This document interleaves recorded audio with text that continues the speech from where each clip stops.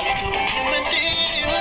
ከዘበት በድንገት ደረሰሽ ከዳድሞት አበቃለት ያለው የታለ ጠላቴ ሞቴን ሲጠባበቅ ክብር ገባ ቤቴ ለካ የመጨረሻው ነው እኮ የጠላቴ ድንፋታ ንቆ በእጁ ድንገት ያስገባኝ ሲመስለው ጌታ መቶ ታሪኬን ቀየረ። ክብር ይሁንለት ለክብሩ ዘላለም እውነተኛ እረኛ እንደ ጌታዬ